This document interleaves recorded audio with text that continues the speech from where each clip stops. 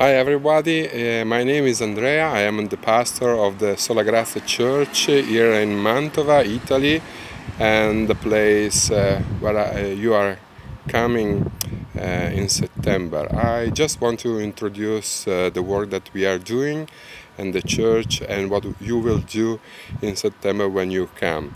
This is the church building where we will meet all together and where the small congregation is meeting since 2008. It was a place where electronical things were stored, and we have refixed everything.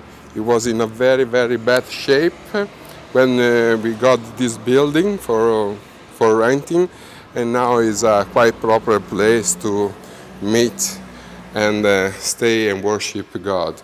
This is the hall of the church. It's quite lively and nice and warm if you come. And we gather today in about 20-25 people on Sunday. This is our study room or library where people can come and sit down, read the Bible, read some good books, and stay together, enjoying fellowship. There is another building in the church, and that building, that room is for the kids. We have obviously this small place, which is a kind of little kitchen, where we have a fellowship all together, basically once a month, and we have a meal together. This is the room for the kids, the Sunday school room, and it's a small thing compared what you have usually, but is okay for us, and it's nice to have a place also for the kids, and where they can stay, they can play, enjoy little Bible stories that we have. So now we go back to the book, the room of the book, and I will try to share something about the ministry and what you are going to do when you come here in September. Your work basically would be to evangelize the people in Mantova and to help us to connect with the people and trying to talk some Italian if you are learning, and try to invite the people to come to church, to come especially to the conference that we will have the September 11, September 12, 10 with John Blanchard. One of the things that you can do for sure is to encourage the people who are here. As I said, we are about 20 people, 25. It's a church planting work. It's very difficult. It's very difficult to have people coming to church and people having Italians who want to hear about the good news of Jesus Christ. So it can be very discouraging for the people who are helping this little church, but you can be a great encouragement for them, for helping them to walk along with God in their life. You can pray for us, you can pray with us, you can stay and help us to keep working on this project. Obviously, we will have some time for having fun and see some places like probably Venice or Florence or some nice touristic places in the north part of Italy. This is basically what we are going to do all together. In Italy is a nice country. Is the beautiful country, nice land, but from the spiritual point of view, is a dark place. The churches are very little. The churches are few, especially compared to UK or Northern Ireland. There is a lot of need in this country for many things, and first of all for good books to give and to read. Until a few years ago, when we started to publish some good books, there was nothing about sound doctrines and theology. Nobody knew what was an expository preaching. Nobody knew what does it mean to study properly the Bible, or some basic things like that. Even today there is a great lack of books, and there is a lack for having a proper vision for studying the Bible and theology. Just for example, in Italy you cannot find any theological training for pastors and preachers. Basically the pastors that we have here and the preachers are laymen. They are not full-time. They never been trained to preach, to teach the Bible. So they study by themselves with a lot of difficulties, and basically the churches do not encourage them to go to a seminary. As for myself, for example, in the 1990s, I had to go to London to study at London Theological Seminary in order to be fit and able to teach and to preach. But this is very unusual for an Italian.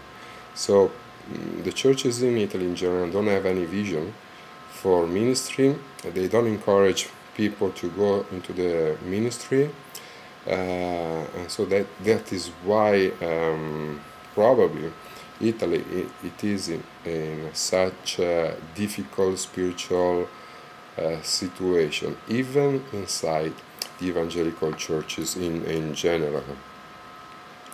And if you want to work in the ministry, because God is calling you to do that, very often you don't find any help from churches and leaders in this country. We will have time to talk about that and pray for that, and so we will spend more time explaining the situation here. Just to say that, for example, if you want to go into the ministry full time, people and pastors in general would think that you want to go to the full-time ministry because you do not want to have a secular job, and they think that the ministry is an easy, funny life where people don't work, they don't do hard work at all.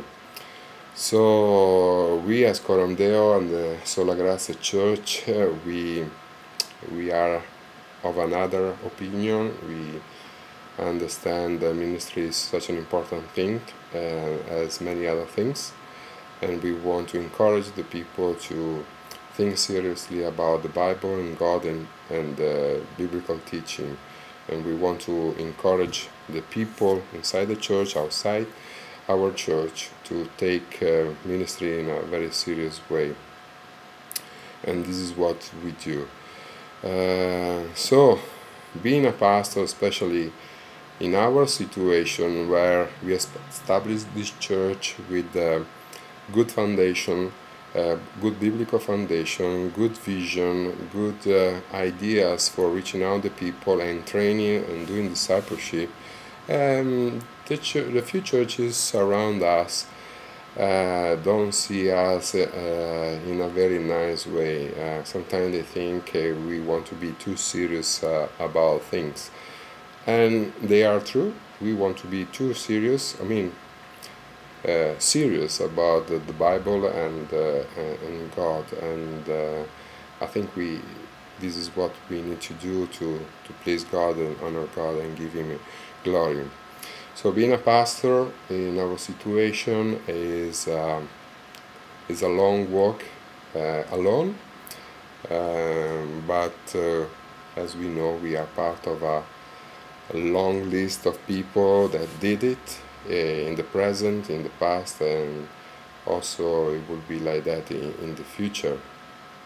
But we want to press on in this direction. Doesn't matter if we are alone, and sometimes we are discouraged, and sometimes we want to give up, especially on Monday during the week, because the work is so hard and we feel alone.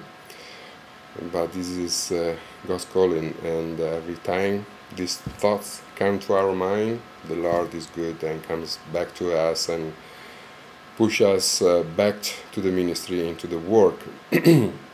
So thank you for coming, thank you for what you will do, thank you for your prayers that you are doing now, and it's such an honor for me and for us as a church to have you here in a few weeks' time, and you will be a big blessing for us, and this is I want to make it clear to you, and you will be a great encouragement for us.